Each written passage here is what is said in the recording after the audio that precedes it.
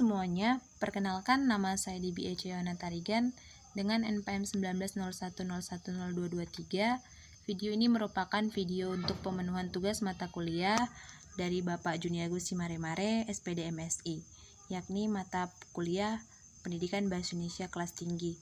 Baik, materi yang akan disampaikan pada hari ini adalah mengenai puisi.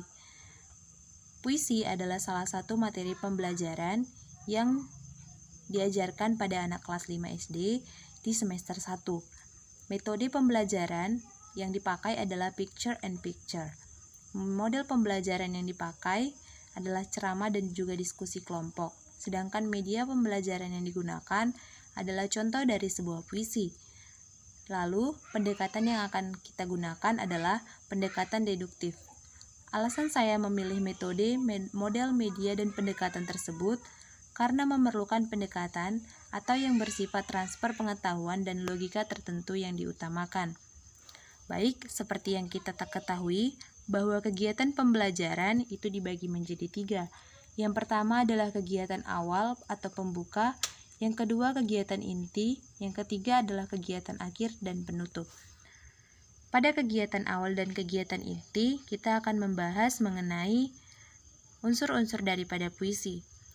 Karya sastra yang menggunakan kata-kata indah dan bermakna adalah pengertian daripada puisi. Unsur-unsur daripada puisi ini ada 4. Yang pertama adalah tema. Tema adalah pokok persoalan yang diungkapkan penyair. Yang kedua adalah rasa. Rasa adalah sikap terhadap pokok persoalan di dalam puisi. Yang ketiga adalah nada. Cara penyampaian puisi dengan benar kepada pembaca atau pendengarnya. Yang keempat adalah amanat. Amanat adalah pesan yang disampaikan oleh puisi kepada pendengar atau pembaca. Kita masuk kepada jenis-jenis daripada puisi. Yang pertama, berdasarkan bentuknya, puisi dibedakan menjadi 2, yakni puisi yang terikat dengan aturan bait dan baris. Yang kedua adalah puisi yang bebas. Puisi yang terikat dengan aturan bait dan baris ada dibagi menjadi 3, yakni pantun, syair, dan senota. Yang kedua, puisi bebas atau puisi tidak terikat pada aturan bait dan baris. Jenis-jenis puisi juga dibedakan berdasarkan zamannya. Yang pertama adalah puisi lama, yang kedua adalah puisi baru. Puisi lama dibedakan menjadi pantun, syair, mantra, talibum, dan karmina. Sedangkan puisi baru dibedakan menjadi distikon, terzina, kuantren, queen, sektet, dan septima. Sedangkan jenis-jenis puisi berdasarkan isinya ada dibedakan menjadi romansa atau puisi cinta, elegi atau puisi duka cita, ode atau puisi pahlawan, himne atau doa dan pujian, epigram atau puisi slogan atau semboyan, dan satire atau puisi kisah atau cerita. Nah, adik-adik, hal yang perlu diperhatikan dalam membaca puisi ada 4, yakni lafal, jeda, intonasi, dan ekspresi. Kak, apa sih lafal itu? Apa sih jeda dan apa sih intonasi dan juga ekspresi? Nah, lafal adalah cara pengucapan bunyi. Jeda adalah hentian sementara dalam pembacaan. Intonasi adalah tinggi rendahnya nada yang ingin digunakan. Sedangkan ekspresi adalah mimik atau raut wajah kita. Nah, di sini kakak punya sebuah gambar. Kita dapat melihat bersama itu adalah tumpukan buku. Nah, dari gambar tersebut, adik-adik dan kita semua dapat mengambil kesimpulan bahwa dari tumpukan tersebut, kalau kita baca beberapa buku, kita pasti akan mendapatkan banyak sekali informasi atau biasa kita sebut dengan ilmu. Nah, dari ilmu kita juga dapat membuat sebuah puisi. Atau dari gambar buku itu kita dapat membuat sebuah puisi yang berjudul ilmu. Kakak buat di sini ada puisi mengenai ilmu karya S. Nadoratul Ain. Kita bacakan sama-sama ya. Ilmu, semua orang memerlukanmu. Aku belajar dengan tekun untuk mendapatkanmu. Buku adalah sumbermu. Bagai makanan yang kusantap setiap waktu. Tanpamu, ilmu aku tak berguna di dunia ini.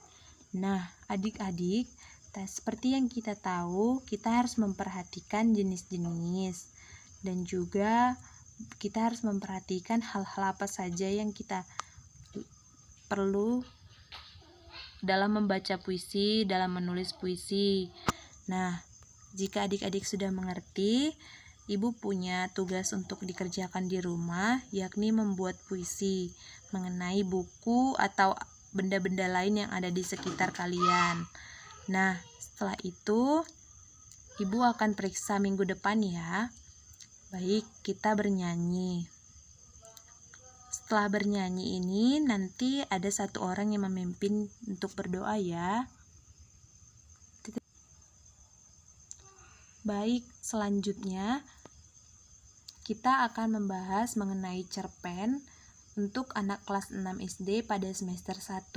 Metode yang digunakan adalah cooperative learning, model yang digunakan adalah ceramah dan diskusi kelompok, media pembelajaran yang diambil adalah contoh dari cerpen, pendekatan pembelajaran yang diambil adalah pembelajaran deduktif.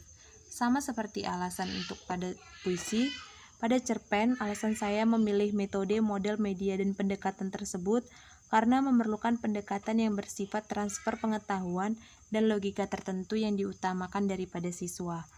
Nah, kegiatan awal kita awali dengan salam, yakni selamat pagi anak-anak. Lalu kita berdoa dipimpin dari salah satu siswa. Yang ketiga adalah apresiasi, apersepsi, atau menanyakan kabar siswa. Setelah berdoa, bisa saja ibu guru menanyakan kabar siswa. Yang keempat adalah menanyakan mengenai materi kemarin, apakah anak-anak tersebut masih ingat atau tidak. Oke, setelah semuanya selesai di kegiatan awal, kita masuk ke kegiatan inti.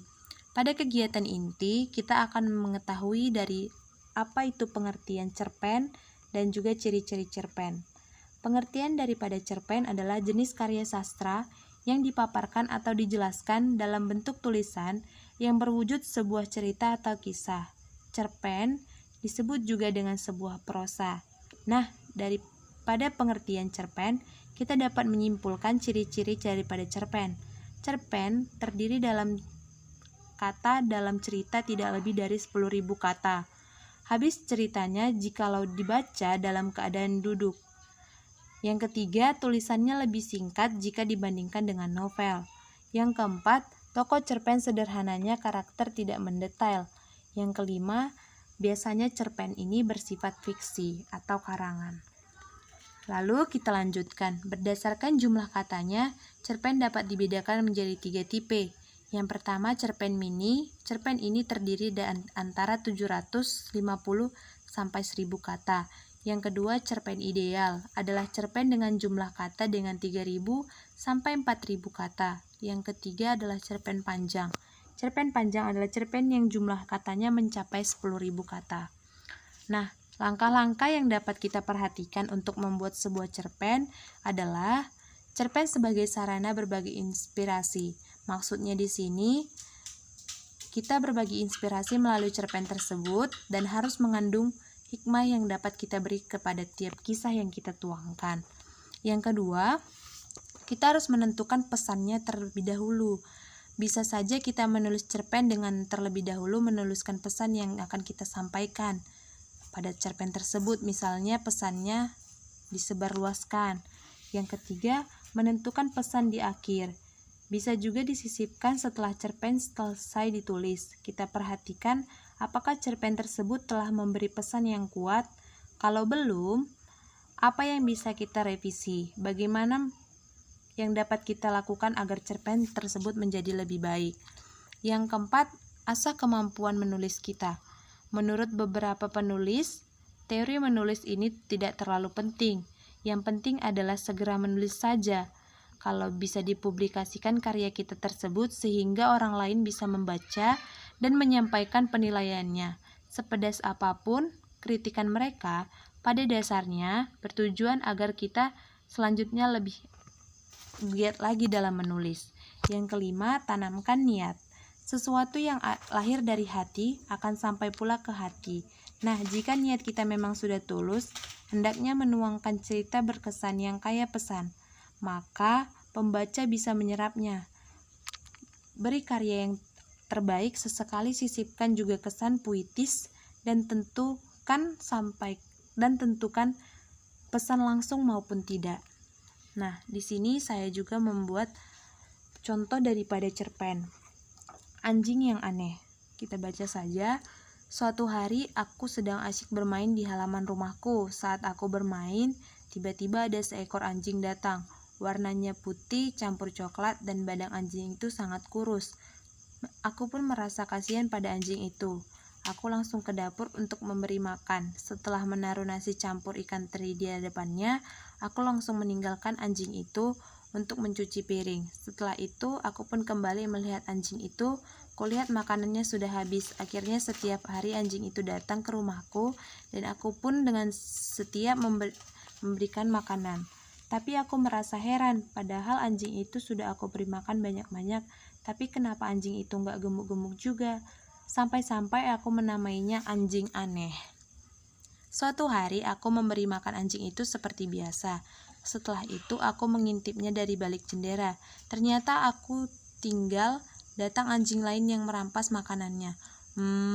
Patut saja dia tidak gemuk-gemuk, gumamku sambil mengusir anjing yang lain yang datang mengganggunya. Sekarang aku akan memberi makan anjing itu dan aku pasti menjaganya agar makanannya tidak direbut oleh anjing lain.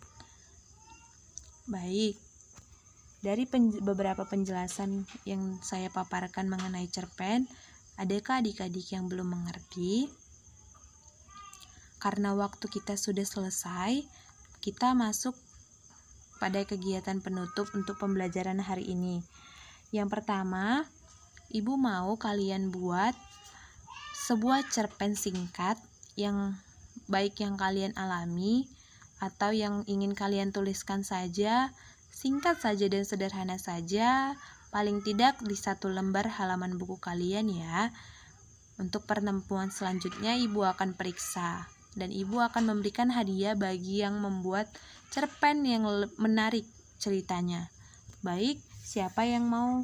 Kita akan bernyanyi lagu apa untuk menutup pertemuan kita hari ini? Oke, kita selesai bernyanyi. Ada adik-adik Ibu yang ingin memimpin doa? Baik, terima kasih. Sekian pembelajaran hari ini. Sampai jumpa di pertemuan selanjutnya ya adik-adik. Halo semuanya, demikian yang dapat saya sampaikan. Lebih dan kurang baik dari perkataan dan tingkah laku saya yang salah, saya mohon maaf. Terima kasih. Shalom.